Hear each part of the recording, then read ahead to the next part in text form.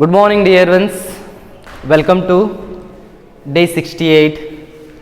Today's class, again we are going to discuss that end of the chapter, it means the second chapter, the welfare and GDP. So how this GDP and welfare, both the terms are related. So ಇವತ್ತಿನ ತರಗತಿಯಲ್ಲಿ ನಾವು ಈ ಅಧ್ಯಾಯದ ಒಂದು ಕೊನೆಯ ಪರಿಕಲ್ಪನೆ GDP ಮತ್ತು ಯೋಗಕ್ಷೇಮ. GDPಯ ಜೊತೆಗೆ ಯಾವ ರೀತಿ ಯೋಗಕ್ಷೇಮವನ್ನು ನಾವು ಅಳತೆ ಮಾಡ್ತಾ ಇದ್ದೀವಿ. ಒಂದು ದೇಶದ GDPಯನ್ನೇ ಆ ದೇಶದ ಜನರ ಯೋಗಕ್ಷೇಮ ಅಂತ ನಾವು ಕನ್ಸಿಡರ್ ಮಾಡಬಹುದೇ, ಅಥವಾ ಒಂದು ದೇಶದ ಜನರ ಯೋಗಕ್ಷೇಮವನ್ನು GDPಯ ಮೂಲಕ ನಾವು ಅಳತೆ ಮಾಡಬಹುದೇ ಎಂಬ ಒಂದು ಪರಿಕಲ್ಪನೆಯನ್ನು ಏನು ಮಾಡ್ತಾ ಇದ್ದೀವಿ ಇವತ್ತಿನ ತರಗತಿಯಲ್ಲಿ ಅಧ್ಯಯನ ಮಾಡುವಂಥದ್ದು. So they are saying that can we refer GDP is a welfare of the people in a country. If GDP is increases, welfare is also increases, welfare of the people also is increases in an economy. Is it true? ಅವ್ರೇನು ಹೇಳಲಿಕ್ಕೆ ಹೋಗ್ತಾ ಇದ್ದಾರಪ್ಪ ಅಂತಂದರೆ, ಒಂದು ದೇಶದ GDPಯು ಏರಿಕೆ ಆಗ್ತಿದೆ ಅಂತಂದರೆ ಆ ದೇಶದಲ್ಲಿರುವಂತಹ ಜನರ ಯೋಗಕ್ಷೇಮವೂ ಕೂಡ ಹೆಚ್ಚಾಗುತ್ತದೆಯೇ? Obviously, when the GDP is increases in an economy, simultaneously welfare of the people is also increases in an economy, but this is not true all the time. ಒಂದು ದೇಶದಲ್ಲಿ ಆ ದೇಶದ GDPಯು ಹೆಚ್ಚಳವಾದರೆ ಅಲ್ಲಿರುವಂತಹ ಜನರ ಯೋಗಕ್ಷೇಮವೂ ಕೂಡ ಹೆಚ್ಚಾಗುತ್ತದೆ, ಆದರೆ ಇದು ಎಲ್ಲ ಸಂದರ್ಭಗಳಲ್ಲಿಯೂ ಕೂಡ ಸತ್ಯವಾದದ್ದಲ್ಲ. Why it's not true all the time? Because obviously GDP means increasing income, increasing in the productivity, increase in the output. So obviously it leads to the well-being of the people in an economy or well-being of the people of the country. So why it's not true all the time? ಒಂದು ದೇಶದಲ್ಲಿ GDP ಹೆಚ್ಚಳ ಆಗ್ತಿದೆ ಅಂತಂದರೆ ಅಲ್ಲಿರುವಂಥ ಜನರ ಆದಾಯ ಹೆಚ್ಚಾಗ್ತಿದೆ ಅಂತ ಅರ್ಥ, ಅಲ್ಲಿರುವಂಥ ಉದ್ಯೋಗದ ಪ್ರಮಾಣಗಳು ಹೆಚ್ಚಾಗ್ತಿದ್ದಾವೆ ಅಂತ ಅರ್ಥ, ಮತ್ತು ಅಲ್ಲಿರುವಂಥ ಉತ್ಪನ್ನವು ಕೂಡ ಹೆಚ್ಚಾಗ್ತಿದೆ ಅಂತಂದ. ಹಾಗಿದ್ದಾಗ ಅಲ್ಲಿರುವಂಥ ಜನರ ಯೋಗಕ್ಷೇಮವೂ ಕೂಡ ಹೆಚ್ಚಾಗಬೇಕು ಅಲ್ವಾ? ಯಾಕೆ ಇದು ಎಲ್ಲ ಸಂದರ್ಭಗಳಲ್ಲಿ ಸತ್ಯ ಅಲ್ಲ ಎಂಬುದನ್ನು ನಾವು ಮನವರಿಕೆ ಮಾಡ್ಕೋಬೇಕಾಗಿದೆ. So this is very important. Again 4 or 6 marks question they ask, why GDP is not an index of welfare of the people in an economy or a country? ಯಾಕೆ ನಾವು GDPಯನ್ನು ಆ ದೇಶದಲ್ಲಿರುವ ಜನರ ಯೋಗಕ್ಷೇಮಕ್ಕೆ ಸರಿಸಮ ಅಲ್ಲ ಅಂತ ಹೇಳಲಿಕ್ಕೆ ಸಾಧ್ಯ ಆಗುವುದಿಲ್ಲ. ಇಟ್ ಮೀನ್ಸ್ ಒಂದು ದೇಶದಲ್ಲಿರುವ ಜನರ ಯೋಗಕ್ಷೇಮವನ್ನು GDPಯ ಸೂಚಕವಾಗಿ ನಾವು ಅಳತೆ ಮಾಡಬಹುದೇ ಅಂತ ಹೇಳಿ ಕ್ವಶನ್ ಕೇಳುವಂಥದ್ದು. So can we refer GDP as a index of welfare of the people or wellbeing of the people in an economy? Give the reasons why not it will be the possible. Yes, one side we can refer, if the GDP is increases, well-being of the people is also increases, but in 3 reasons it's not true. ಹೌದು, GDP ಹೆಚ್ಚಳ ಆಗ್ತಾ ಇದೆ ಅಂತಂದರೆ ಆ ದೇಶದಲ್ಲಿರುವಂತಹ ಜನರ ಯೋಗಕ್ಷೇಮವೂ ಕೂಡ ಹೆಚ್ಚಾಗ್ತಿದೆ, ಆದರೆ 3 ಸಂದರ್ಭಗಳಲ್ಲಿ ಅಥವಾ 3 ಕಾರಣಗಳಿಂದ GDPಯು ಜನರ ಯೋಗಕ್ಷೇಮಕ್ಕೆ ಸರಿಯಲ್ಲ ಎಂಬುದನ್ನು ನಾವಿಲ್ಲಿ ಏನು ಮಾಡ್ಕೋಬೇಕಾಗಿದೆ, ಇವತ್ತು ಮನವರಿಕೆ ಮಾಡ್ಕೋಬೇಕಾಗಿದೆ. So what are the 3 reasons for the GDP is not a measure of well-being of the people? ಯಾವ 3 ಕಾರಣಗಳು ಜನರ ಯೋಗಕ್ಷೇಮವನ್ನು GDPಯಿಂದ ಅಳತೆ ಮಾಡಲಿಕ್ಕೆ ಸಾಧ್ಯ ಆಗೋದಿಲ್ಲ ಅಂತಂದರೆ, there are 3 reasons. The first reason is, the topic is GDP and welfare.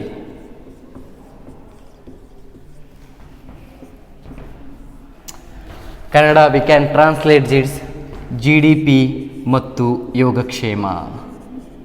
GDP ಮತ್ತು ಯೋಗಕ್ಷೇಮ. Here they can ask is a 4 marks question. Can we refer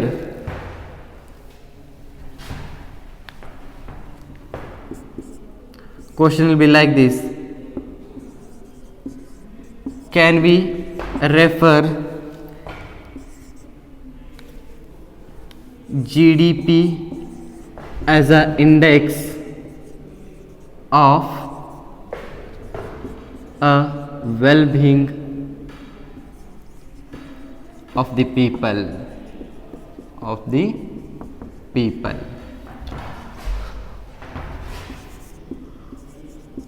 ಒಂದು ದೇಶದ ಜನರ ಯೋಗಕ್ಷೇಮಕ್ಕಾಗಿ GDPಯನ್ನು ಸೂಚಕವಾಗಿ ಬಳಸಬಹುದೇ? Can we refer GDP as an index of well-being of the people in a country or a nation or an economy? ಒಂದು ದೇಶದ ಜನರ ಯೋಗಕ್ಷೇಮಕ್ಕಾಗಿ GDPಯನ್ನು ಸೂಚಕವಾಗಿ ಬಳಸಬಹುದೇ? 4 marks, very important question. You can elaborate easily here with the 3 points. Yes, we can use our GDP as an index of the well-being of the people, but it is may not be true with some situation or some incident or some conditions. ಹೌದು, GDP ಎನ್ನ ಒಂದು ದೇಶದ ರಾಷ್ಟ್ರದ ಜನರ ಯೋಗಕ್ಷೇಮಕ್ಕಾಗಿ ನಾನು ಸೂಚಕವಾಗಿ ಬಳಸಬಹುದು. ಆದರೆ ಎಲ್ಲ ಸಂದರ್ಭಗಳಲ್ಲಿ ಇದು ಏನಾಗಿರುವುದಿಲ್ಲ, ಸತ್ಯವಾಗಿರುವುದಿಲ್ಲ. ಆ ಯಾವ ಸಂದರ್ಭಗಳಲ್ಲಿ ನಾನು GDPಯನ್ನು ಸೂಚಕವಾಗಿ ಬಳಸಲಿಕ್ಕೆ ಆಗೋದಿಲ್ಲ. So there are the 3 reasons for the GDPs are not a index of welfare. The first reason is GDP distribution, how uniform it is. The first reason is GDP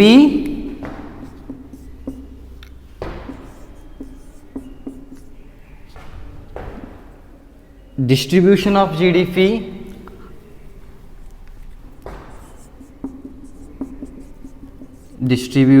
of GDP how uniform it is. ಕನ್ನಡದಲ್ಲಿ ಇದನ್ನು ನಾವು ಕರೆಯೋದಾದರೆ GDPಯ ವಿತರಣೆ ಹೇಗೆ ಏಕರೂಪವಾಗಿದೆ?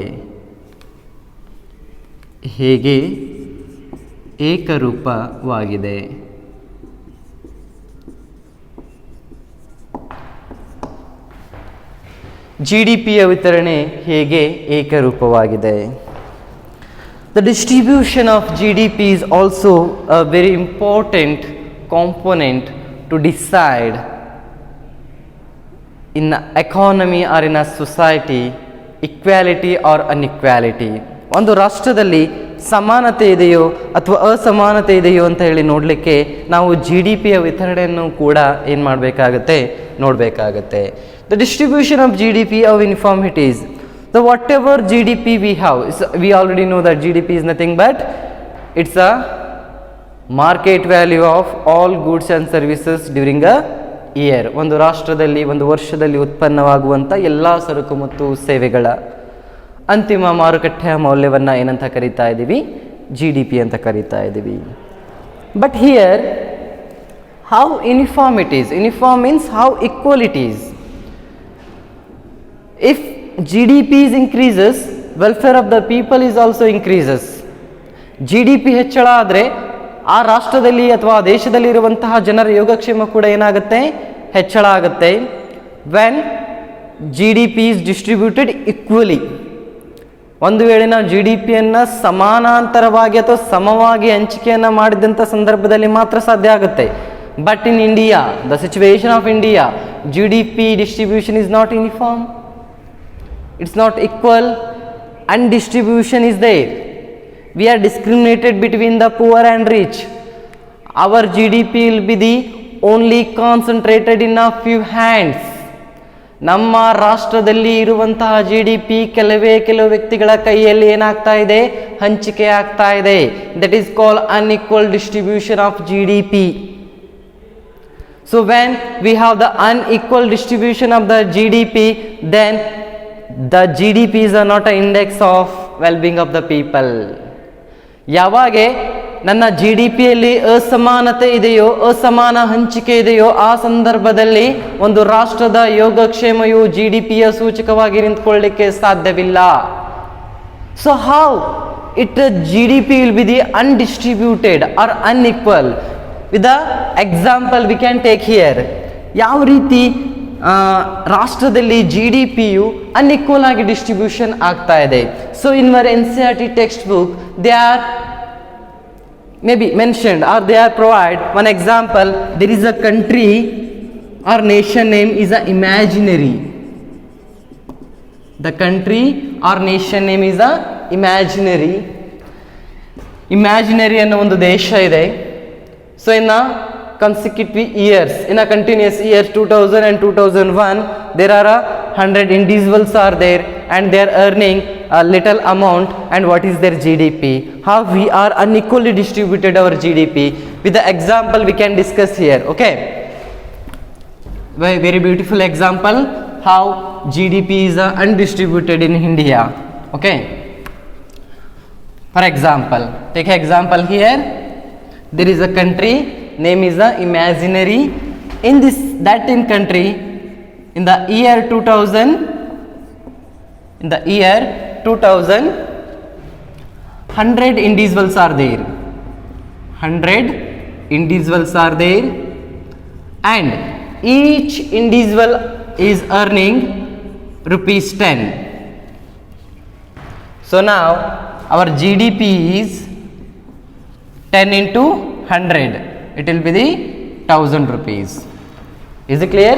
ಏನು ಹೇಳ್ತಾ ಇದ್ದಾರೆ, ಒಂದು imaginary ಅನ್ನೋ ದೇಶದಲ್ಲಿ 2000 ವರ್ಷದಲ್ಲಿ 2000 ಇಸ್ವಿಯಲ್ಲಿ 100 ವ್ಯಕ್ತಿಗಳಿದ್ದಾರೆ. 100 ಇಂಡಿವಿಜುವಲ್ಸ್ ಆರ್ ದೇರ್. 100 ವ್ಯಕ್ತಿಗಳಿದ್ದಾರೆ. ಪ್ರತಿಯೊಬ್ಬ ವ್ಯಕ್ತಿಯೂ ಕೂಡ 10 ರೂಪಾಯಿ ಗಳಿಸ್ತಾ ಇದ್ದಾನೆ. ಪ್ರತಿಯೊಬ್ಬ ಇನ್ಕಮ್ ಮೆಥಡ್ ಪ್ರಕಾರ, this is called as through the income method. We have the 3 methods for the calculation of GDP. Through the income method we are estimated the GDP here. So ಪ್ರತಿಯೊಬ್ಬ ವ್ಯಕ್ತಿಯೂ ಕೂಡ 10 ರೂಪಾಯಿನ ಗಳಿಕೆ ಮಾಡ್ತಾ ಇದ್ದಾನೆ. 100 ಜನ, 100 ಇಂಟು 10 ನಮ್ಮ ಜಿ ಡಿ ಪಿ ಎಷ್ಟು ಬರ್ತಾ ಇದೆ? 1000 ರೂಪಾಯಿ ಬರ್ತಾ ಇದೆ. When we have the equal distribution, this is called equal distribution. Each individuals are earning 10 rupees and we are divided as a equal percentage. Then the GDP will be the 100 rupees. Now I can check how unequal distribution we have. In the year 2001, 90 individuals are earning 9 rupees each. 9 rupees each. Then GDP is 810 rupees. 90 into 9, 810 rupees. But remaining 10 individuals are very important here. That's why I considered our GDP will be concentrated on only on few hands. ನಮ್ಮ ದೇಶದಲ್ಲಿರುವಂತಹ G D PU ಕೆಲವು ವ್ಯಕ್ತಿಗಳಲ್ಲಿ ಏನಾಗ್ತಾ ಇದೆ, ಅದು ಹಂಚಿಕೆ ಆಗ್ತಾ ಇದೆ. ಉದಾಹರಣೆಗೆ ಇಲ್ಲಿದೆ, here is 100 individuals are there. Out of that 100 individuals, 90 individuals are earning 9 rupees, but here they are earning 10 rupees. Here they are earning 9 rupees, so GDP will be 810. The remaining 10 individuals are earning 20 rupees per head. So now this GDP, it will be the 10 into 20, it will be the 200. Now our total GDP in a 2001, so 1010 rupees. ಎರಡನೇದು ಹೇಳ್ತಾ ಇದ್ದೀನಿ ಕನ್ನಡದಲ್ಲಿ. 2000ರಲ್ಲಿ ಗೊತ್ತಾಯ್ತು. 2001ನೇ ಇಸ್ವಿಯಲ್ಲಿ 90 ವ್ಯಕ್ತಿಗಳು 9 ರೂಪಾಯಿನ ಗಳಿಸ್ತಾ ಇದ್ದಾರೆ. ಪ್ರತಿಯೊಬ್ಬ ವ್ಯಕ್ತಿ ಎಷ್ಟು ಮಾಡ್ತಾ ಇದ್ದಾರೆ? 9 ರೂಪಾಯಿ ಗಳಿಸ್ತಾ ಇದ್ದಾನೆ. ಜನಸಂಖ್ಯೆ ಎಷ್ಟಿದೆ ಅಲ್ಲಿ? 90 ಇದೆ. 90 ಇಂಟು 9 ಮಾಡಿದಾಗ ನನಗೆ ಎಷ್ಟಾಯಿತು? 810 ರೂಪಾಯಿ ಜಿ ಡಿ ಪಿ ಆಗಿರುವಂಥದ್ದು. ಬಟ್ ಉಳಿದ 10 ಜನ, ಯಾಕಂದರೆ ನಾನು 100 ಜನ ಎಕ್ಸಾಂಪಲ್ ತೊಗೊಂಡಿದ್ದೆ, 90 ಜನ 9 ರೂಪಾಯಿ ಗಳಿಸ್ತಾ ಇದ್ದಾರೆ, ಪ್ರತಿಯೊಬ್ಬರು 9 ರೂಪಾಯಿ ಗಳಿಸ್ತಾರೆ. ಉಳಿದ 10 ಜನ ಏನು ಮಾಡ್ತಾ ಇದ್ದಾರೆ? 20 ರೂಪಾಯಿ ಗಳಿಸ್ತಾ ಇದ್ದಾರೆ. 20 rupees ದೇ ಆರ್ ಡಿಸ್ಟ್ರಿಬ್ಯೂಟೆಡ್, ಅಥವಾ ಹಂಚಿಕೆ ಮಾಡ್ತಾ ಇದ್ದೀವಿ. ಇಲ್ಲಿ ನನಗೆ 1000 ರೂಪಾಯಿ ನನ್ನ ಜಿ ಡಿ ಪಿ ಇತ್ತು, ಪ್ರತಿಯೊಬ್ಬರಿಗೂ ಕೂಡ 10 ರೂಪಾಯಿನ ಏನು ಮಾಡಿದೆ? ಡಿಸ್ಟ್ರಿಬ್ಯೂಟ್ ಮಾಡಿದೆ. ಎಷ್ಟು ಜನ ಇದ್ರು ಅಲ್ಲಿ? 100 ಜನ ಇದ್ರು. ಇವಾಗ ನನ್ನ ಹತ್ರ 1010 ರೂಪಾಯಿ ಇದೆ. ಅದರಲ್ಲಿ 810 ರೂಪಾಯಿ ಅಂತ ಅನ್ನೋ 810 ರೂಪಾಯಿಯನ್ನು ಪ್ರತಿಯೊಬ್ಬರಿಗೂ 90 ಜನರಿಗೆ ಪ್ರತಿಯೊಬ್ಬರು 9 ರೂಪಾಯಿ ಅಂತೇಳಿ ಹಂಚಿಕೆ ಮಾಡ್ತಾ ಇದ್ದೀನಿ. 810 ರೂಪಾಯಿ ಆಯಿತು. ಬಟ್ ಈ ಒಂದು 10 ಜನರಿಗೆ, these are dominant people, the concentrate of GDP in like this. These 10 people will be distributed each as a 20 rupees. Maybe of a political influence or corruption or whatever it is, ಭ್ರಷ್ಟಾಚಾರದಿಂದ ಆಗಿರಬಹುದು ಅಥವಾ ರಾಜಕೀಯ ವೈದ್ಯಮಾನದಿಂದ ಆಗಿರಬಹುದು ಅಥವಾ ಯಾವುದೇ ಕಾರಣದಿಂದಾಗಿ ಏನಾಗ್ತಾ ಇದ್ದಾರೆ, ಈ 10 ಜನರಿಗೆ ಎಷ್ಟಾಗ್ತಾ ಇದೆ, 20 ರೂಪಾಯಿ, ಪ್ರತಿಯೊಬ್ಬರು ಕೂಡ 20 ರೂಪಾಯಿ ಹಂಚಿಕೆ ಆಗ್ತಾ ಇದೆ. ಸೊ ಅದು 200 ಆಯಿತು.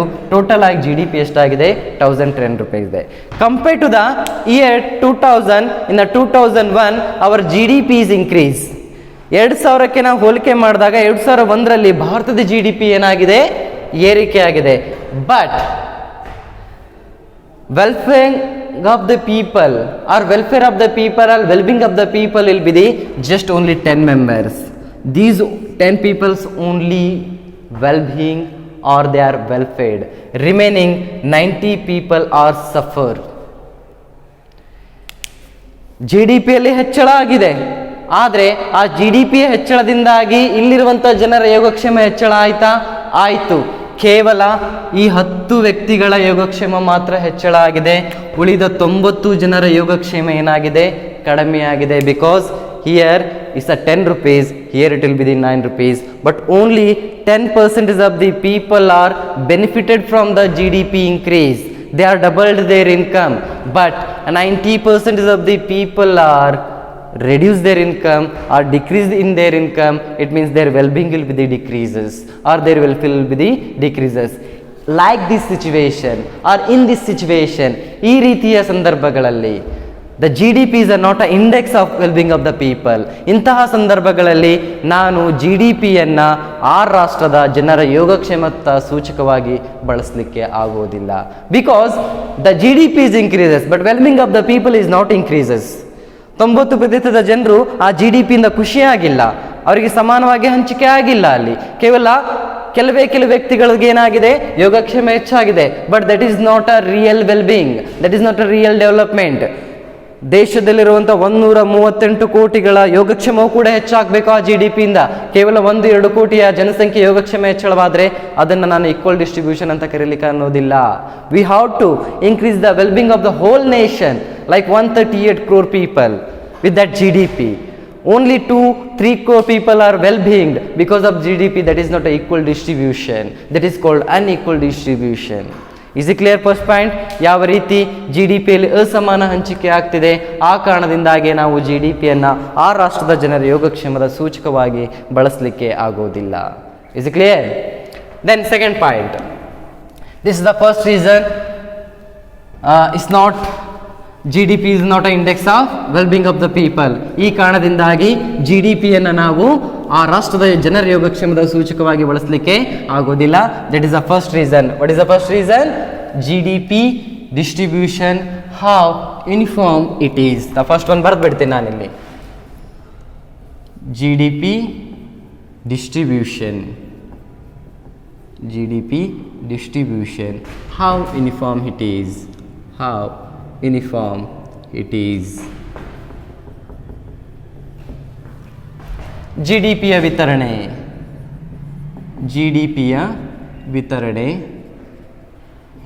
ಹೇಗೆ ಏಕರೂಪವಾಗಿದೆ?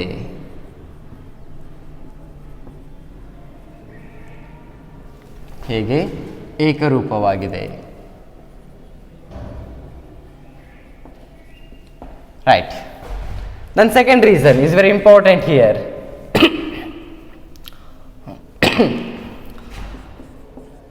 Non-monetary exchanges. Kannada ವಿತ್ತೀಯವಲ್ಲದ ವಿನಿಮಯಗಳು.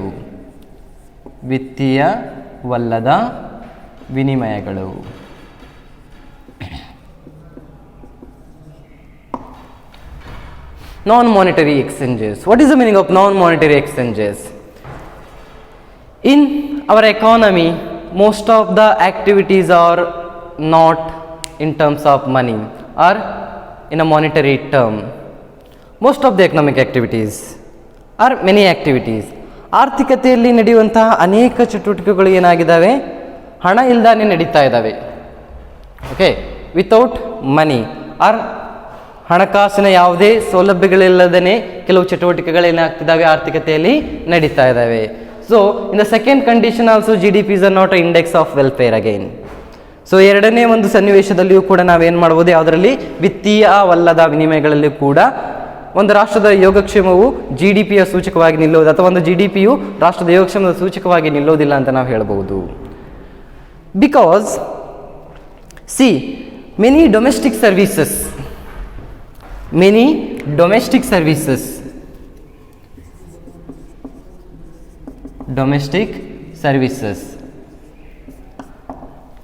like your mother or your sister or anyone, they are cooking at home, but they are not paid. Try to understand. Every day your mother is cooking at home, but because of that service they are not paid at all. ಪ್ರತಿದಿನ ನಾವು ಮನೆಯಲ್ಲಿ domestic service ಅಂತಂದರೆ ದೇಶೀಯ ಸೇವೆಗಳಲ್ಲಿ ಪ್ರತಿದಿನ ಮನೆಯಲ್ಲಿರುವಂಥ ಅಮ್ಮನೋ ಅಕ್ಕನೋ ತಂಗಿನೋ ಅಡುಗೆ ಮಾಡ್ತಾ ಇದ್ದಾರೆ, ಬಟ್ಟೆ ವಾಶ್ ಮಾಡಿಕೊಡ್ತಾ ಇದ್ದಾರೆ, ಪಾತ್ರೆಗಳನ್ನು ಏನು ಮಾಡ್ತಾ ಇದ್ದಾರೆ, ಕ್ಲೀನ್ ಮಾಡ್ತಾ ಇದ್ದಾರೆ, ಮನೆಯನ್ನು ಕ್ಲೀನ್ ಮಾಡ್ತಾ ಇದ್ದಾರೆ. But they are not paid. But ಅವ್ರಿಗೆ ನಾವೇನು ಮಾಡ್ತಾ ಇಲ್ಲ, ಕೂಲಿಯನ್ನು ಕೊಡ್ತಾ ಇಲ್ಲ. So non monetary expenses, because of that activities we have to pay something for them. ಅದೇ ಅಡುಗೆ ಕೆಲಸವನ್ನು, ಅದೇ ಬಟ್ಟೆ ವಾಷಿಂಗನ್ನು, ಅದೇ ಮನೆ ಕೆಲಸವನ್ನು ಬೇರೆ ಯಾರ್ದೋ ಮನೆಗೆ ಹೋಗಿ ಅಮ್ಮನೋ ಅಕ್ಕನೋ ಮಾಡಿದರೆ ಅವ್ರಿಗೆ ಏನಾಗ್ತಾ ಇತ್ತು, ಕೂಲಿ ಸಿಗ್ತಾ ಇತ್ತು. But here we are not paying. ಅಂತಹ ಸಂದರ್ಭಗಳಲ್ಲಿ GDPಯನ್ನು ಹೇಗೆ ನೀವು ಆ ರಾಷ್ಟ್ರದ ಯೋಗಕ್ಷೇಮ ಅಂತೇಳಿ ಕನ್ಸಿಡರ್ ಮಾಡ್ತೀರಾ? Is it clear? ಅಲ್ಲಿ ಯಾವುದೇ ಮಾನಿಟರಿ ಆಕ್ಟಿವಿಟೀಸೇ ಇಲ್ಲ. Without money they are providing some domestic services because of love, because of morality, because of the concern, because of the family development or family welfare, they are providing these services without expecting anything. So those are comes under the non monetary exchanges. ಇಂತಹ ಸಂದರ್ಭಗಳಲ್ಲಿ ನೀವು ಯಾವ ರೀತಿ GDPಯನ್ನು calculate ಮಾಡ್ತೀರಾ? ಅಲ್ಲಿ ಕೆಲಸ ನಡೀತಾ ಇದೆ, ಬಟ್ ವಿತೌಟ್ ಮಾನಿಟರಿ ಟರ್ಮ್, ಯಾವುದೇ ಹಣಕಾಸಿನ ಸೌಲಭ್ಯಗಳಿಲ್ಲದೆ ಅದೇನಾಗ್ತಾ ಇರುವಂಥದ್ದು, ನಡೀತಿರುವಂಥದ್ದು. ಅಂತಹ ಸಂದರ್ಭಗಳಲ್ಲಿ ನಾನು GDPಯನ್ನು ಯೋಗಕ್ಷೇಮ ಅಂತ ಹೇಳಿ ಕನ್ಸಿಡರ್ ಮಾಡಲಿಕ್ಕೆ ಆಗೋದಿಲ್ಲ. ಆ್ಯಂಡ್ ಒನ್ ಮೋರ್ ಕಂಡೀಷನ್, ಇನ್ನೊಂದು ಸಂದರ್ಭಗಳಲ್ಲಿ barter system. Do you heard about this system, right? Barter system, ಕನ್ನಡದಲ್ಲಿ ಇದಕ್ಕೆ ನಾವು ವಸ್ತು ವಿನಿಮಯ ಪದ್ಧತಿ ಅಂತ ಕರಿತೀವಿ ರೀ.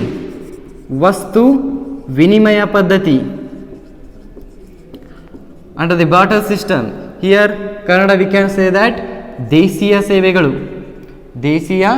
ಸೇವೆಗಳು, ಅಮ್ಮನ ಸೇವೆ ಆಗಿರ್ಬೋದು, ಅಡುಗೆ ಮಾಡುವುದು, ಬಟ್ಟೆ ವಾಶ್ ಮಾಡುವಂಥದ್ದು, ಅವೆಲ್ಲವೂ ಕೂಡ ಹಣದ ಸಹಾಯವಿಲ್ಲದೆ, ಹಣದ ನಿರೀಕ್ಷೆ ಇಲ್ಲದೇ ಆಗುವಂಥದ್ದು. ಅಂತಹ ಸೇವೆಗಳಲ್ಲಿ, ಅಂತಹ ಸಂದರ್ಭಗಳಲ್ಲಿ ನಾವು GDPಯನ್ನು ಯೋಗಕ್ಷೇಮ ಅಂತ ಕರೀಲಿಕ್ಕೆ ಬರುವುದಿಲ್ಲ. ಆ್ಯಂಡ್ ಬಾರ್ಟರ್ ಸಿಸ್ಟಮ್, ವಸ್ತು ವಿನಿಮಯ ಪದ್ಧತಿ. What is the meaning of barter system? Barter system is nothing but without intervention of money or without the help of the money, the people are exchanging goods or commodity to commodity. ಹಣದ ಯಾವುದೇ ಒಂದು ಸಹಾಯವಿಲ್ಲದೇ ಜನರು ವಸ್ತುಗಳಿಂದ ವಸ್ತುಗಳನ್ನು ಏನು ಮಾಡುವಂಥದ್ದು, ಬದಲಾವಣೆ ಮಾಡಿಕೊಳ್ಳುವ ಒಂದು ಪದ್ಧತಿಗೆ ಏನಂತ ಕರೀತಾ ಇದ್ದೀವಿ ನಾವು? ವಸ್ತು ವಿನಿಮಯ ಪದ್ಧತಿ ಅಂತ ಕರೀತಾ ಇದ್ದೀವಿ. But nowadays we have the monetary system, like whatever I want I have to pay money and they will give the goods or services to the economy or that person. ಇವತ್ತು ನಮಗೆ ನಡೀತಾ ಇರುವಂಥದ್ದು monetary system, ಹಣಕಾಸಿನ ಪದ್ಧತಿ ಅಂತ ಕರಿತೀವಿ. ಅದಕ್ಕೆ ನನಗೆ ಆರ್ಥಿಕತೆಯಲ್ಲಿ ಏನೇ ಬೇಕಾದರೂ ಕೂಡ ಹಣವನ್ನು ಕೊಡ್ತಾ ಇದ್ದೀನಿ, ಆ ಸರಕು ಮತ್ತು ಸೇವೆಗಳನ್ನು ತೆಗೆದುಕೊಳ್ತಾ ಇದ್ದೀನಿ. But in the barter system there is no concept of money. ಅಲ್ಲಿ ಹಣದ ಪರಿಕಲ್ಪನೆ ಇರೋದಿಲ್ಲ.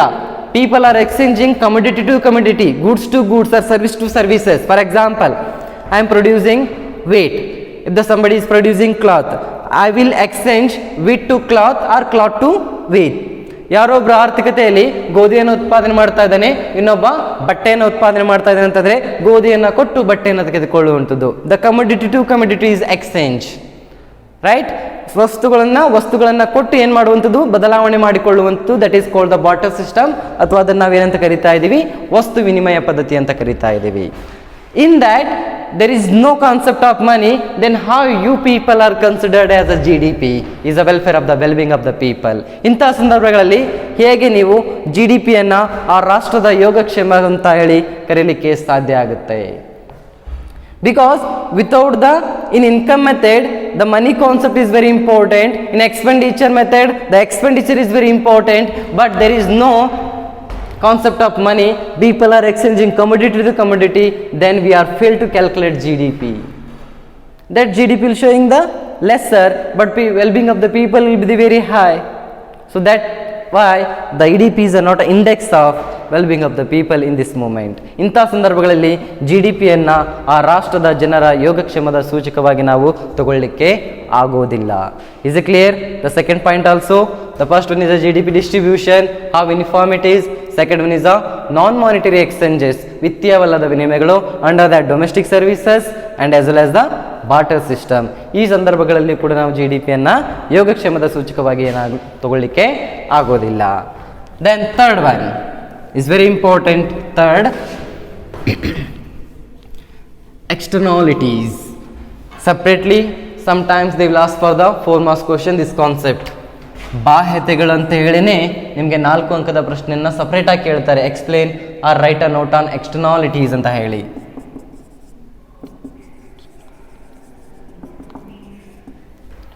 ಬಾಹ್ಯತೆಗಳು. What is the meaning of externalities?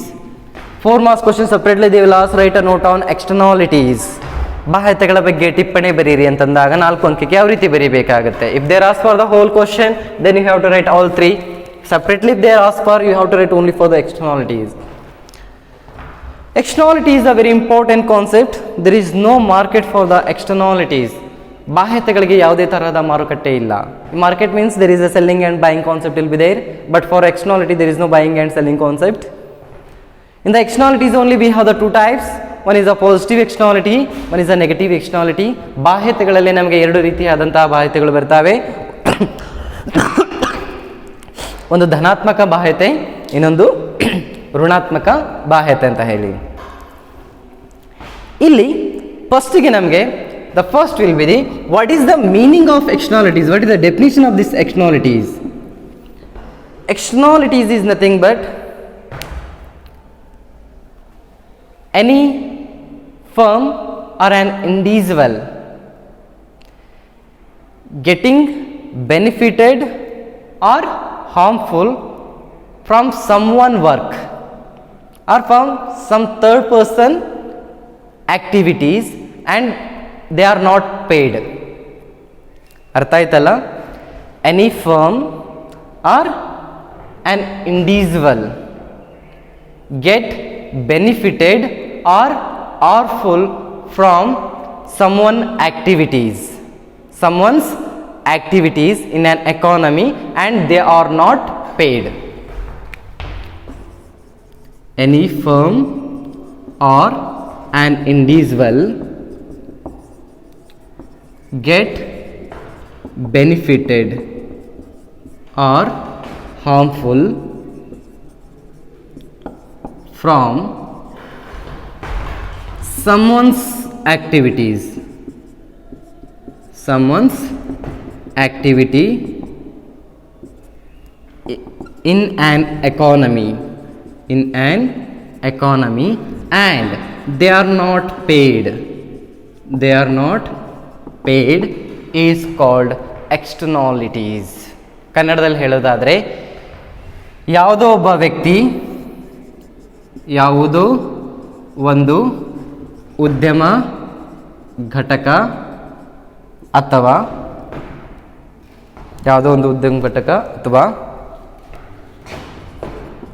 ಒಬ್ಬ ವ್ಯಕ್ತಿ ಇನ್ನೊಂದು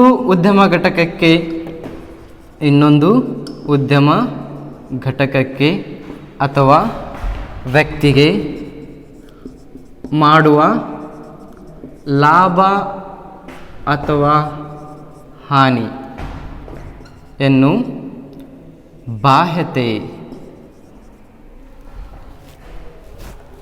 ಲಾಭ ಅಥವಾ ಹಾನಿಯನ್ನು ಮತ್ತು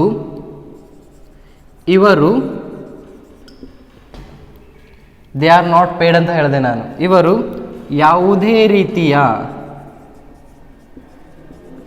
ಶುಲ್ಕವನ್ನು ಪಾವತಿಸುವುದಿಲ್ಲ. ಯಾವುದೇ ರೀತಿಯ ಶುಲ್ಕವನ್ನು ಪಾವತಿಸುವುದಿಲ್ಲ. ಇದನ್ನೇ ಏನಂತ ಕರೀತಾ ಇದ್ದೀವಿ ನಾವು? ಬಾಹ್ಯತೆ ಅಂತ ಕರೀತಾ ಇದ್ದೀವಿ. ಇದನ್ನೇ ಬಾಹ್ಯತೆ ಎಂದು ಕರೆಯುತ್ತೇವೆ. Take a screenshot of this definition. It will definitely for the 2 marks question, and if they ask for the 4 marks question also is very important.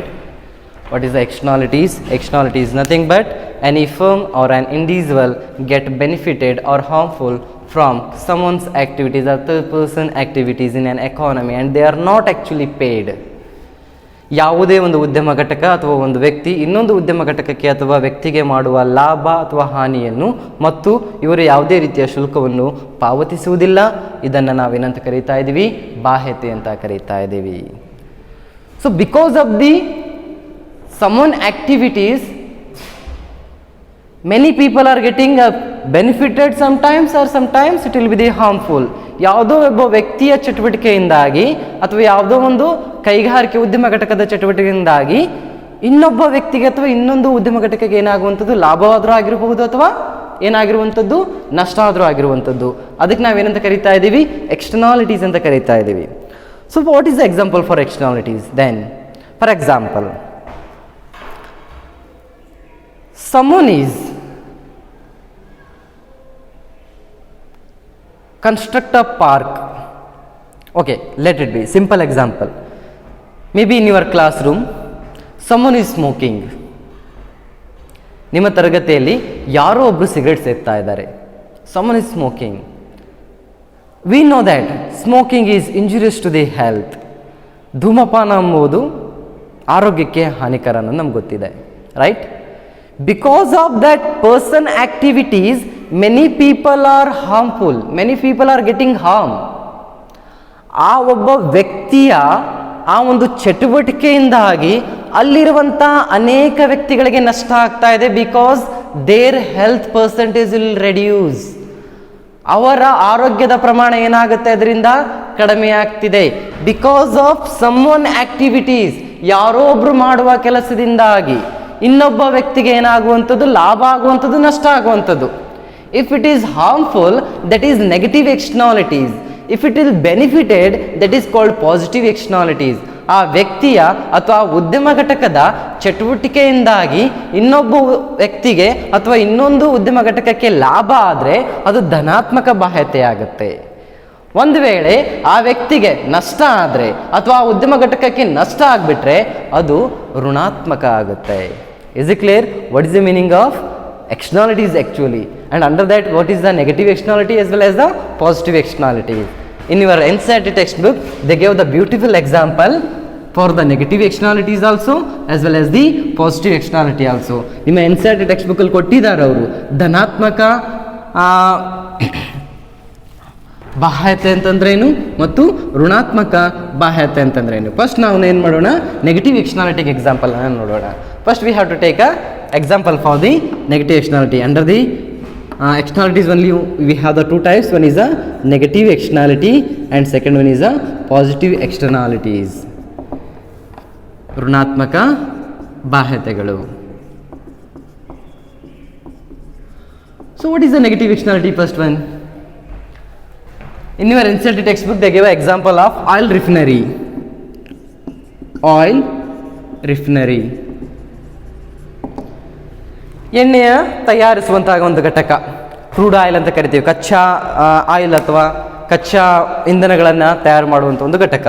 Oil refinery is also very important. Oil refinery because without petrol, without diesel, without kerosene we can't run car also, two wheeler also, and kerosenes for using for the cooking also sometimes for the fire. So ಈ ಸೀಮೆ ಎಣ್ಣೆ, petrol, diesel ಇಲ್ಲದೆ ನಾವು ವಾಹನಗಳನ್ನು ಓಡಿಸ್ಲಿಕ್ಕೆ ಆಗೋದಿಲ್ಲ. Oil refineries again a very important and it is producing more and more oils and supplying.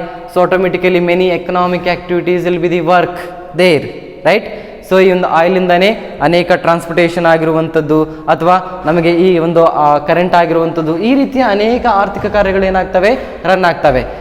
When they are producing more oil, they are getting more benefited.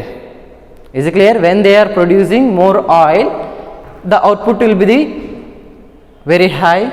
Automatically GDP is also increases. This is the one situation.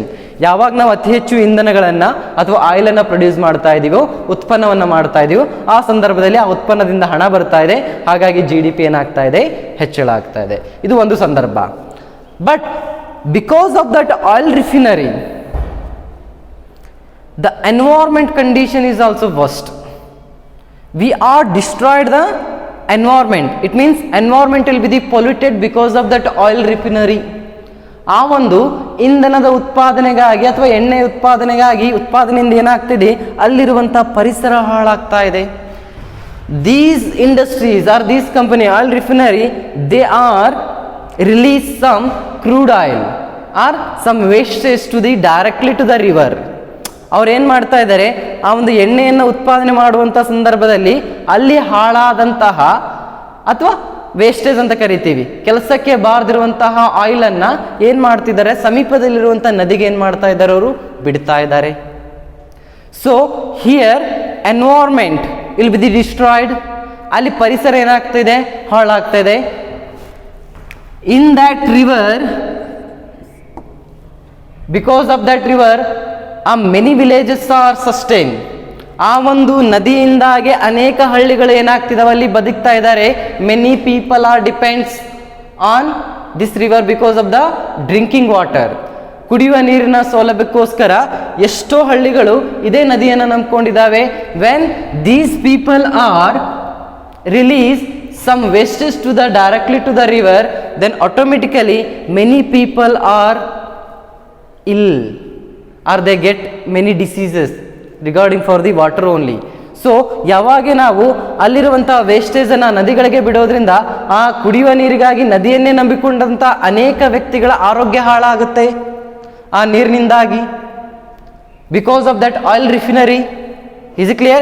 Yes, oil refinery, they are producing oil, is fine. It's a one situation and the GDP is also increases. Another side, the well-being of the people will be reduces because many people are depends on that river because of the drinking water.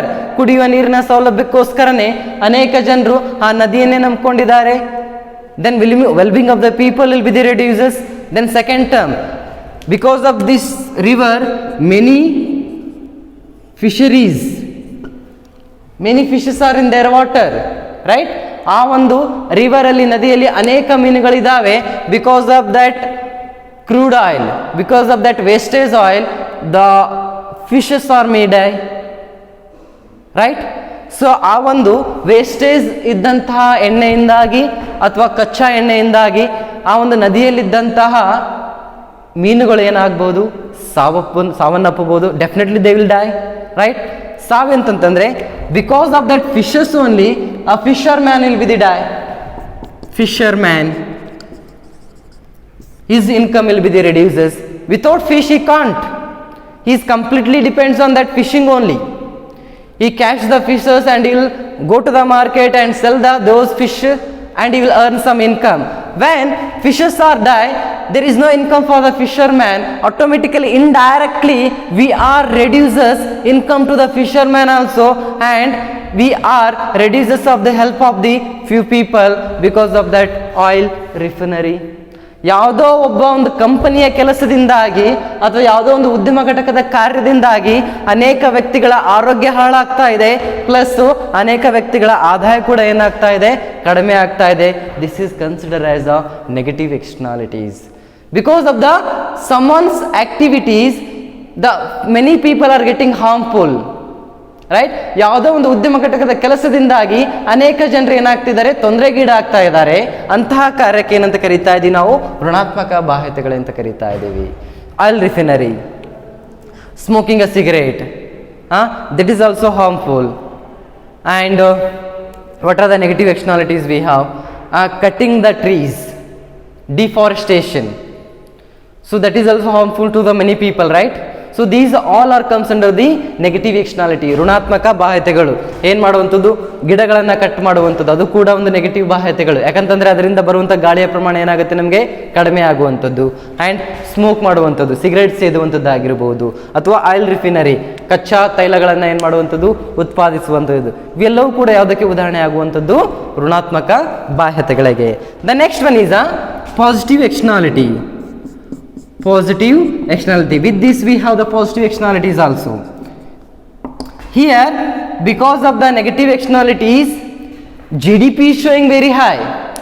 ಅಲ್ಲಿ ನಾವು ಎಣ್ಣೆನ ಉತ್ಪಾದನೆ ಮಾಡ್ತಾ ಇದ್ದೀವಿ, ಹಾಗಾಗಿ GDP ಜಾಸ್ತಿ ತೋರಿಸ್ತಾ ಇದೆ. GDP is showing very high, but another side, well-being of the people will be the reduces. But ಇನ್ನೊಂದು ಸೈಡಲ್ಲಿ ನೋಡೋದಾದ್ರೆ ಅಲ್ಲಿ ಜನರ ಯೋಗಕ್ಷೇಮ ಏನಾಗ್ತಾ ಇದೆ, ಕಡಿಮೆ ಆಗ್ತಾ ಇದೆ. In this moment GDP is not an index of well-being of the people. ಇಂತಹ ಸಂದರ್ಭಗಳಲ್ಲಿ GDP ನಾನು ಆ ದೇಶದ ಜನರ ಯೋಗಕ್ಷೇಮಕ್ಕಾಗಿ ನಾನು ಸೂಚಕವಾಗಿ ಬಳಸಲಿಕ್ಕೆ ಆಗುವುದಿಲ್ಲ. Then second one is a positive externality. Here the GDP will be the showing less, but actually well-being of the people will be the very high. ಈ ಧನಾತ್ಮಕ ಬಾಹ್ಯತೆಯಿಂದಾಗಿ GDP ಕಡಿಮೆ ಇರಬಹುದು, ಬಟ್ ಆದರೆ ನಿಜವಾಗ್ಲೂ ಯೋಗಕ್ಷೇಮ ಆಗಿರುತ್ತೆ ಅಲ್ಲಿ. ಅಂಥ ಸಂದರ್ಭಗಳನ್ನ GDP ಯೋಗಕ್ಷೇಮದ ಸೂಚಕವಾಗಿ ಬಳಸಲಿಕ್ಕೆ ಆಗೋದಿಲ್ಲ. For example park, creating a park, new park, ಹೊಸ ಗಾರ್ಡನ್ಗಳನ್ನು, ಪಾರ್ಕ್ಗಳನ್ನು ಏನು ಮಾಡುವಂಥದ್ದು, ಬಿಲ್ಡ್ ಮಾಡುವಂಥದ್ದು. So when we are create a park, automatically so we are build or maybe we are crop many plants there. ಅಲ್ಲಿ ನಾವು ಪಾರ್ಕಲ್ಲಿ ಅಂತಂದಾಗ ಅನೇಕ ರೀತಿಯ ಗಿಡ ಮರಗಳನ್ನು ಏನು ಮಾಡ್ತಾ ಇದ್ದೀವಿ, ಬೆಳೆಸ್ತಾ ಇದ್ದೀವಿ. Because of that plant, so we are getting more oxygen level. So ಆ ಗಿಡಗಳ ಪ್ರಮಾಣದಿಂದಾಗಿ ಅನೇಕ ರೀತಿಯಲ್ಲಿ ನಮಗೆ ಅನುಕೂಲಗಳಾಗ್ತಿದ್ದಾವೆ. ಅತಿ ಹೆಚ್ಚು ನಾವೇನು ಮಾಡ್ಬೋದಾಗಿದೆ, ಆಮ್ಲಜನಕದ ಪ್ರಮಾಣವನ್ನು ಬಳಕೆ ಮಾಡ್ಬೋದಾಗಿದೆ. When oxygen level is very high and very good, automatically our health level will be the very good. So oxygen, ಆಮ್ಲಜನಕ ಪ್ರಮಾಣ ಹೆಚ್ಚಾಗ್ತಿದೆ ಅಂತಂದರೆ ನಮ್ಮ ಆರೋಗ್ಯವು ಕೂಡ ಏನಾಗ್ತಾ ಇರುತ್ತೆ, ಚೆನ್ನಾಗಿರುತ್ತೆ. And we are getting many benefited from the park for the jogging also, exercise also. So these are automatically indirectly increases the well-being of the people. So ಪರೋಕ್ಷವಾಗಿ ಏನು ಮಾಡ್ತಾ ಇದ್ದಾವೆ, ಎಲ್ಲವೂ ಪಾರ್ಕ್ ಆಗಿರ್ಬೋದು ಅಥವಾ ಸ್ವಚ್ಛ ಭಾರತ ಅಭಿಯಾನ ಆಗಿರ್ಬೋದು. ಸೊ ಪರೋಕ್ಷವಾಗಿ ಅಲ್ಲಿರುವಂಥ ಜನರ ಯೋಗಕ್ಷೇಮವನ್ನು ಏನು ಮಾಡ್ತಾ ಇದ್ದಾವೆ, ಇನ್ಕ್ರೀಸ್ ಮಾಡ್ತಾ ಇದೆ. But they are not producing any GDP level. So GDPಗೆ ಯಾವುದೇ ರೀತಿಯಾದಂಥ ಅನುಕೂಲ ಇಲ್ಲ ನಮಗೆ. So but still the welfare of the people will be the increases here. And like that street light. The street light is again example for the positive externalities, because under that many people are studying, and using that street light many people are maybe selling their goods. Many people are get some businesses like Pani Puri center or some buzzy, like this. Many people are work, they are getting benefited from that street light. ಈ ರೀತಿಯಾಗಿ ಬೀದಿ ದೀಪಗಳಿಂದಲೂ ಕೂಡ ಅನೇಕ ಜನರು ಓದ್ತಾ ಇದ್ದಾರೆ, ಮತ್ತು ಅನೇಕ ವಾಹನಗಳು ಅಡ್ಡಾಡಕ್ಕೆ ಈಸಿ ಆಗುವಂಥದ್ದು, ಕಳ್ಳತನ, ದರೋಡೆ, ಅತ್ಯಾಚಾರಗಳು ಕಡಿಮೆ ಆಗಿರುವಂಥದ್ದು, ಮತ್ತು ಅನೇಕ ಜನರು ಆ ಒಂದು ದೀಪದ ಅಡಿಯಲ್ಲೇ ಪಾನಿಪುರಿ ಅಂತ ಆಗಿರ್ಬೋದು, ಬಜಿ ಸೆಂಟರ್ ಅಂತ ಆಗಿರ್ಬೋದು, ಅನೇಕ ಆಕ್ಟಿವಿಟೀಸ್ಗಳನ್ನು ಏನು ಮಾಡ್ತಾ ಇದ್ದಾರೆ, ಅವರು ಕ್ರಿಯೇಟ್ ಮಾಡಿರುವಂಥದ್ದು. ಇದರಿಂದ ಏನಾಗ್ತಿದೆ, ಜನರ ಯೋಗಕ್ಷೇಮ ಹೆಚ್ಚಾಗ್ತಿದೆ, ಬಟ್ GDP ಏನಾಗ್ತಿದೆ ಅಷ್ಟೇ ತೋರಿಸ್ತಾ ಇದೆ. ಅಂತಹ ಸಂದರ್ಭಗಳಲ್ಲೂ ಕೂಡ ನಾನು GDPಯನ್ನು ಆ ರಾಷ್ಟ್ರದ ಯೋಗಕ್ಷೇಮದ ಸೂಚಕವಾಗಿ ಬಳಸಲಿಕ್ಕೆ ಆಗೋದಿಲ್ಲ. In the situation also GDP is not an index of well-being of the people.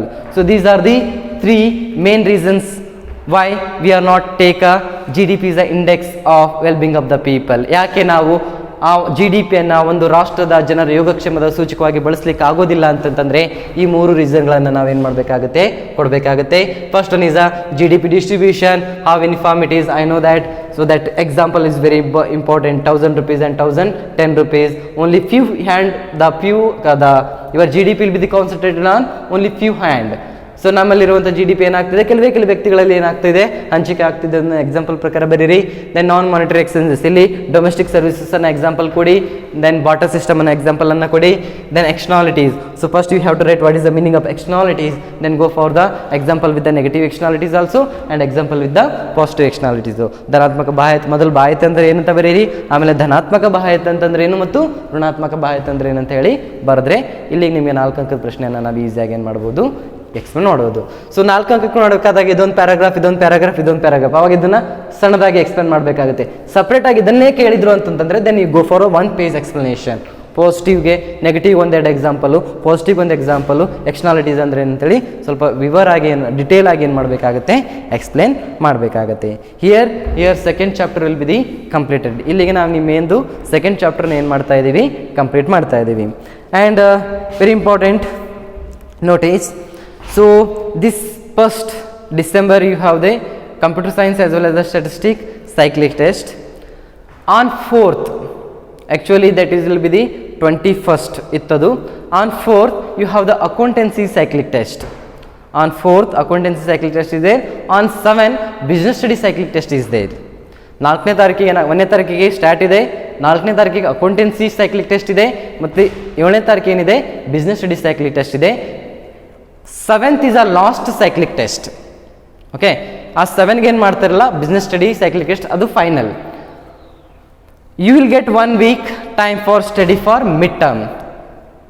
14th December 14th, December 14th your first mid term exam will start. December 14ರಿಂದ ನಿಮ್ಮ ಮಧ್ಯವಾರ್ಷಿಕ ಪರೀಕ್ಷೆಗಳು ಏನಾಗ್ತವೆ, ಸ್ಟಾರ್ಟ್ ಆಗ್ತವೆ. First is Kannada Hindi, second is English, third is economics, fourth is accountancy, and fifth is the business study, and last one is the statistic or computer science. This is the midterm one. Midterm will be the December 28th. So Monday Wali sir will be the will make one video regarding for the midterm exam, second midterm exam, preparatory exam, second preparatory exam, everything. So and Monday only I will upload timetable of first midterm exam and second midterm exam, preparatory exam, and secondary preparatory exam. So what is the portion for first midterm, second midterm, first preparatory, and second preparatory, everything will be create a PDF and upload in a college app also as well as in your WhatsApp group also. ಪ್ರತಿಯೊಂದನ್ನು ಕೂಡ portion ಏನು cover ಮಾಡ್ತಾ ಇದ್ದೀವಿ, ಮೊದಲ ಮಧ್ಯವಾರ್ಷಿಕಕ್ಕೆ, ಎರಡನೇ ಮಧ್ಯವಾರ್ಷಿಕಕ್ಕೆ ಮತ್ತು ಪ್ರಿಪ್ರೇಟರಿಗೆ, ಎರಡನೇ ಪ್ರಿಪ್ರೇಟರಿಗೆ ಏನೆಲ್ಲ ನಾವು ಪೋರ್ಷನ್ ಕವರ್ ಮಾಡ್ತಾ ಇದ್ದೀವಿ ಅನ್ನೋದನ್ನು ಅದು PDF ಮಾಡಿ ನಾನು ಗ್ರೂಪಲ್ಲಿ plus as well as the ಯಾವುದರಲ್ಲಿ ನಿಮ್ಮ ಕಾಲೇಜ್ ಆ್ಯಪಲ್ಲಿ ಏನು ಮಾಡುವಂಥದ್ದು, ಅಪ್ಲೋಡ್ ಮಾಡುವಂಥದ್ದು. And every Monday I will upload economic question bank. Actually ನಾನು ವಿತೌಟ್ ಆನ್ಸರ್ಸ್ ಅಪ್ಲೋಡ್ ಮಾಡಬೇಕು, ಬಟ್ ಕೊರೋನಾ ಸಲುವಾಗಿ ನೀವು ಆನ್ಲೈನ್ ಕೋಚಿಂಗಲ್ಲಿ ಇರೋದ್ರಿಂದ ವಿತ್ ಆನ್ಸರ್ಸ್ ನಾನೇನು ಮಾಡ್ತೀನಿ, ಅಪ್ಲೋಡ್ ಮಾಡ್ತೀನಿ. ನೀವೇನು ಮಾಡಬೇಕು, ಅದನ್ನು ಒಂದು ಪರ್ಟಿಕ್ಯುಲರ್ ಟೆಕ್ಸ್ಟ್ ಬುಕ್ಕಲ್ಲಿ ಸಾಯಿನಿಕೇತನ್ ಅವರು ಪ್ರೊವೈಡ್ ಮಾಡಿದಂಥ ಪರ್ಟಿಕ್ಯುಲರ್ ಆ ಒಂದು ನೋಟ್ಬುಕ್ಕಲ್ಲಿ ಏನು ಮಾಡಬೇಕು, ಅದನ್ನು ಬರೀಬೇಕು ಕರೆಕ್ಟಾಗಿ. ಬಂದು ನನ್ನ ಕೈಯಿಂದ ಚೆಕ್ ಮಾಡಿ ಸಬ್ಮಿಟ್ ಅಂತ ಹೇಳಿ ನೀವು ಸೈನ್ ತೊಗೊಂಡು ಹೋದಾಗ ಮಾತ್ರ next week second chapter upload ಆಗುತ್ತೆ. ಒಬ್ಬರು ತೋರಿಸಿಲ್ಲ ಅಂದರೂ ಕೂಡ ನಾನು ಸೆಕೆಂಡ್ ಚಾಪ್ಟರ್ ಅಪ್ಲೋಡ್ ಮಾಡೋದಿಲ್ಲ.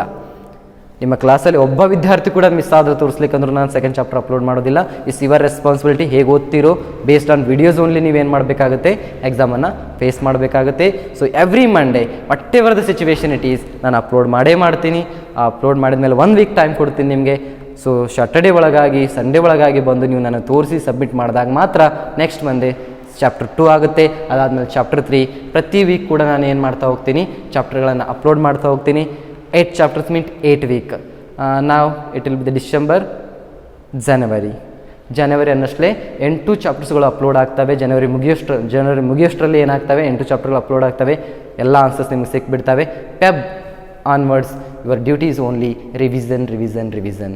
ಸೊ ಫೆಬ್ ಆನ್ವರ್ಡ್ಸ್ ನಾವೇನು ಮಾಡಬೇಕಾಗುತ್ತೆ, ಬರೀ ರಿವಿಸನ್ ಮಾಡೋದು ಮಾತ್ರ ನಮ್ಮ ಡ್ಯೂಟಿ ಇರುತ್ತೆ. ರಿವಿಸನ್ ಮಾಡಿಬಿಟ್ರೆ ಅಲ್ಲಿಗೆ ಏನಾಗುತ್ತೆ, ಪೋರ್ಷನನ್ನು ಮುಗಿಯುವಂಥದ್ದು. ಆವಾಗ ನೀವೇನು ಆರಾಮಾಗಿ ಪ್ರಿಪರೇಟರಿ ಎಕ್ಸಾಮ್ ಕೂಡ ಫೇಸ್ ಮಾಡ್ಬೋದು, ಸೆಕೆಂಡ್ ಪ್ರಿಪರೇಟರಿ ಕೂಡ ಫೇಸ್ ಮಾಡ್ಬೋದು, ಆ್ಯನ್ಯುವಲ್ ಎಕ್ಸಾಮಿನೇಷನ್ ಕೂಡ ಏನು ಮಾಡ್ಬೋದು, ಪ್ರಿಪೇರ್ ಮಾಡ್ಬೋದು. ಆ್ಯಂಡ್ ಇಲ್ಲಿ ಏನು ಮಾಡಿದ್ದಾರೆ, ಬ್ಯಾಚಸ್ ಮಾಡಿದ್ದಾರೆ. A1, A2, A3 ಬ್ಯಾಚಸ್ ಅಂತ ಹೇಳಿ ಅದು ನಿಮ್ಗೆ ವಾಲಿ ಸರ್ ರೆಫರ್ ಮಾಡ್ತಾರೆ. A1 ಯಾರು ಬರ್ತಾರೆ, A2 ಯಾರು ಬರ್ತಾರೆ, ಮತ್ತು A3 ಬರ್ತಾರೆ. ಪ್ರತಿಯೊಬ್ಬರಿಗೂ ಅವ್ರ ಲೆಕ್ಚರ್ಸ್ ಇರ್ತಾರೆ. They will contact you. Okay, in a phone call they will get you the all the messages there. Thank you one and all. ಇಲ್ಲಿಗೆ ನಾನು ಸೆಕೆಂಡ್ ಚಾಪ್ಟರ್ನ ಮುಗಿಸ್ತಾ ಇದ್ದೀನಿ. Tomorrow onwards I will start the third chapter is again very interesting, money and banking. So ನಾಳೆಯಿಂದ ನಾನು 3ನೇ ಅಧ್ಯಾಯನ ಪ್ರಾರಂಭ ಮಾಡ್ತಾ ಇದ್ದೀನಿ, ಹಣ ಮತ್ತು ಬ್ಯಾಂಕ್ ಅಂತ ಹೇಳಿ, ಮನಿ ಆ್ಯಂಡ್ ಬ್ಯಾಂಕಿಂಗ್ ಅಂತ ಹೇಳಿ. Is a very interesting regarding for the RBI and all. Okay, so ಹಣಕ್ಕೆ ಸಂಬಂಧಪಟ್ಟಾಗ ಅನೇಕ ಪರಿಕಲ್ಪನೆಗಳನ್ನು ಅಲ್ಲಿ ನಾವೇನು ಮಾಡುವಂಥದ್ದು, ಓದುವಂಥದ್ದು. Till then read well. Thank you one and all.